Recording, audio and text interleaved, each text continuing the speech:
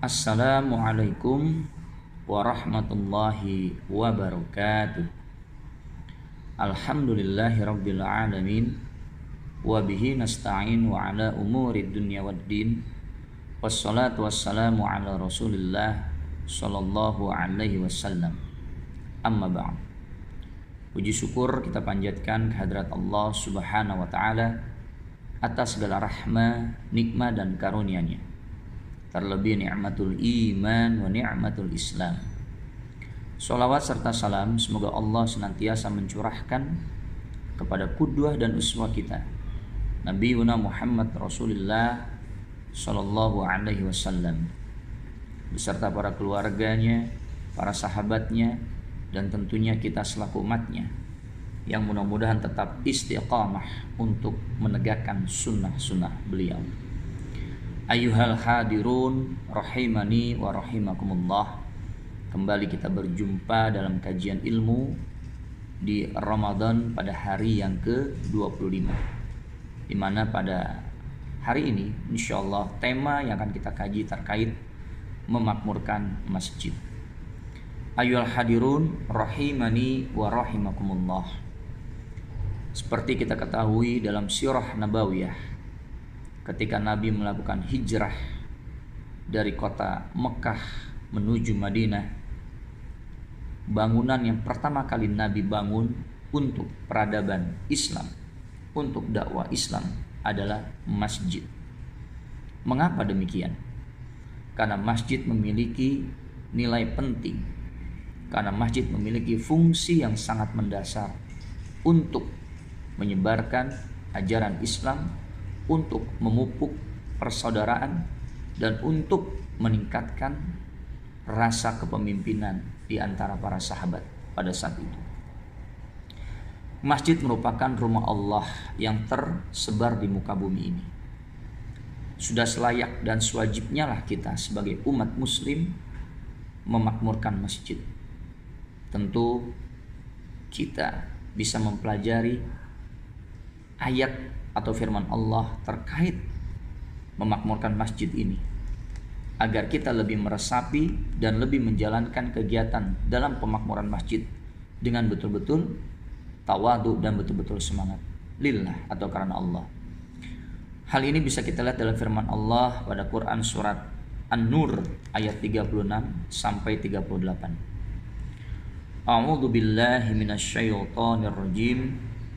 Fi buyutin adzinallahu an tarfa'a wa yudhkaru fiha ismuhu yusabbihu lahu fiha bil udwi wal ashal rijalul la tulhihim tijaratan wa la bay'un an dzikrillahi wa iqamis shalah wa ita'iz zakah yakhafuna yawman tataqallabu fihi al-qulub wal absar liyajziyahumullahu ahsanu ma 'amilu wa yazidahum min fadlihi wallahu yarzuqu may yasha bighairi hisab.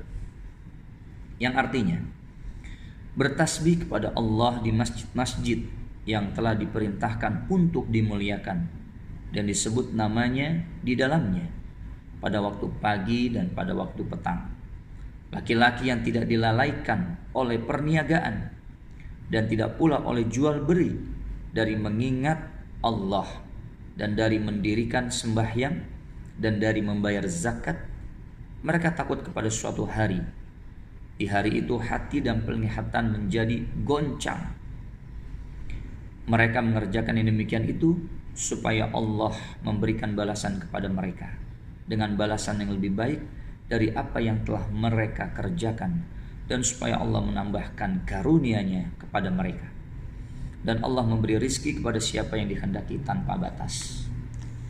Dari firman Allah surat An-Nur ayat 36 sampai 38 bisa kita pelajari bahwa kita sebagai umat muslim hendaklah memakmurkan masjid. Dengan cara apa? Tentu dengan cara mengerjakan ibadah-ibadah mahdhah seperti sholat. Terlebih bagi kaum laki-laki, jelas dalam ayat ini dikatakan ketika tidak dilalaikan atau tidak dilalaikan atau disibukkan dengan kegiatan jual beli atau perniagaan, hendaklah mendirikan sholat secara berjamaah di masjid.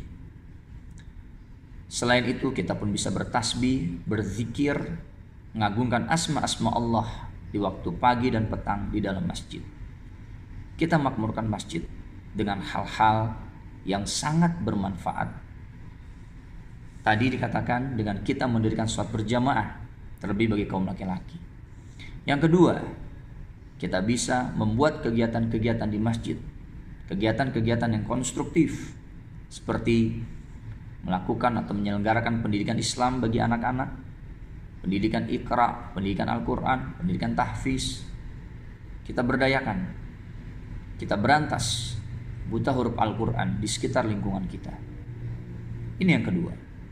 Yang ketiga, kita juga bisa membentuk karakter-karakter kepemimpinan Islam, terlebih bagi para pemuda-pemuda Islam, di mana di zaman sekarang ini sangat gamblang kita lihat bagaimana akhlak para generasi muda sungguh-sungguh sangat menurun.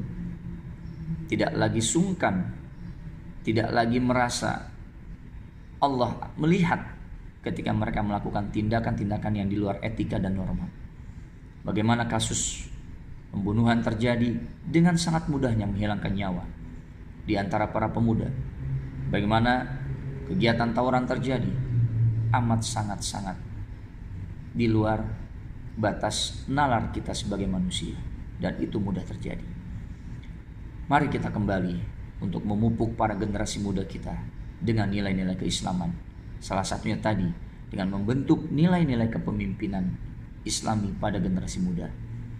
Jangan kita terkungkung, jangan kita terbatas dengan stigma bahwa masjid hanya sebagai tempat ibadah, hanya melakukan ibadah-ibadah mahdoh. Jangan seperti itu.